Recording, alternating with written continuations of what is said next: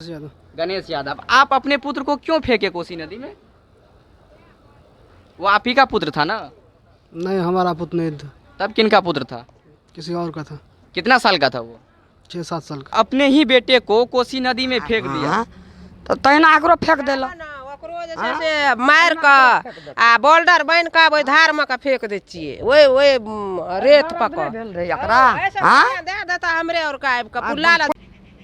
इस वक्त हम मौजूद है सुपौल के कोसी महासेतु पर। यहाँ हम इसलिए मौजूद है क्योंकि हम आप लोगों को आज एक कलयुगी पिता से मुलाकात करवाने वाले हैं। आप सोचते होंगे कि कलयुगी पिता हम इसे क्यों कह रहे हैं, क्योंकि इन्होंने अपना काम ही ऐसा किया है। अपने ही संतान को इन्होंने पुलिस के मुताबिक कोसी नदी के स्पर संख्या 38 पर फेंक दिया। ये आप तस्वीर में जो देख रहे हैं, आप पुलिस हिरासत में इस व्यक्ति को, ये वही व्यक्ति है जिन्होंने अपने पुत्र को कोसी नदी में फेंक दिया।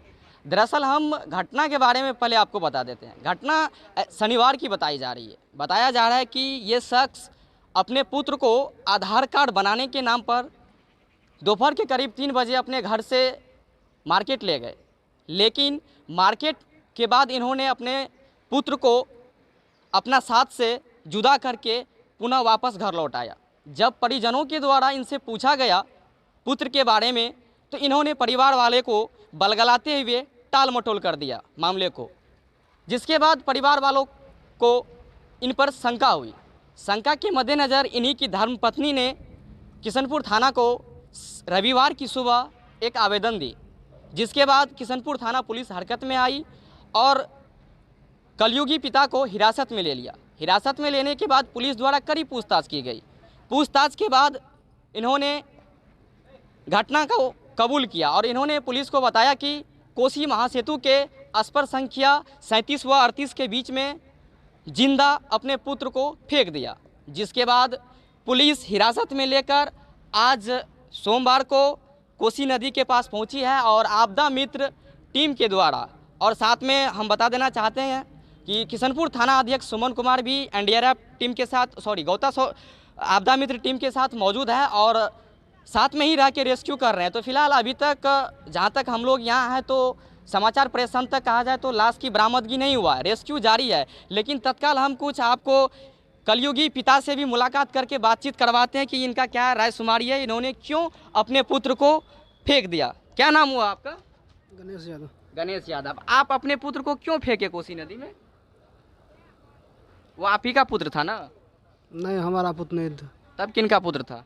किसी और का था। कितना साल का था वो? 6-7 साल का। 6-7 साल का, यानी कि 6-7 साल से वो कहाँ रहता था? हमारे यहाँ रहता था। तो आप ही उसका भरण पोषण पालन पोषण करते थे? हाँ। तो फिर आप कह रहे हैं कि मेरा पुत्र ही नहीं था, तो फिर भरण पोषण कैसे कर रहे थे आप? दवा के चक्कर में कर रहे थे। दबाव के चक्कर में? किसका दबाव था आपके ऊपर? उसका भाई यार का, सबका। किनके भाई का? लड़की का भाई यार का। आप कितने शादी किए हैं? 2 किए। 2 किए हैं। और ये पहली पत्नी की बेटा था या दूसरी पत्नी की? दूसरी का। अच्छा, और पहली पत्नी में आपको कितने संतान हैं? कुछ भी नहीं। कुछ भी नहीं। और दूसरी वाली में? 3। लड़की कितने हैं और लड़के कितने हैं? लड़की 3, एक लड़का था, वो लगा के 4 हुआ। तो लड़के को आपने क्यों फेंक दिया? क्या वजह थी? लड़के का क्या दोस्त था कि आपने उस मासूम को फेंक दिया जो आज जिन्होंने दुनिया को भी नहीं देखा? दोस्त उसका कुछ नहीं था। तो फिर काहे फेंक दिए? है कुछ जवाब आपके पास? तो आप देख सकते हैं कि ये जो कलयुगी पिता है वो एक तरह से कहा जाए तो मनसनकी पिता हुआ, जो अपने मासूम को, आज इनके मुताबिक 6-7 साल का मासूम था जो कि आज दुनिया में आया था और दुनिया देखना बहुत बाकी था, वो कुछ करके जाते हैं, वैसे मासूम को आज कोसी की धार में बहा दिया। हमारे साथ कुछ स्थानीय माता बहनें भी हैं, हम उनसे भी जानने की कोशिश करते हैं कि इन्होंने जो ये काम किया है वो कितना सटीक है। क्या नाम हुआ चाची आपका? सतिया देवी। बताइए, ये अपने ही बेटे को कोसी नदी में फेंक दिया, तो तहिना एकरो फेंक देला से मार का आ बोल्डर बन का ओइ धार में का फेंक दे छिए ओइ रेत पकड़ एकरा हां दे देता हमरे और का पुल्ला हमरे और दे देता बाबू। केना के मारल गेलै केना के भीतरी एहन भेल चंडाल कहाँ तो के आप देख सकते हैं कि यहाँ के जो स्थानीय लोग हैं अभी वो कोसी महासेतु के पास मौजूद हैं और वो भी इन्हें डांट फटकार लगा रहे हैं कि आप ऐसा काम क्यों किए। इस तरह का घिनौने काम करने से संदेश समाज में कुछ अलग प्रकार का जाता है। तो हम यहाँ के पुलिस प्रशासन से भी यही आग्रह करेंगे कि इस तरह के कलयुगी पिता मुजरिम जो है अभी उनको इस तरह का कड़ी से कड़ी सजा दिया जाए कि आने वाला समय में कोई ऐसे कलयुगी पिता अपने पुत्र के साथ इस तरह का कृत्य करने में सोचे।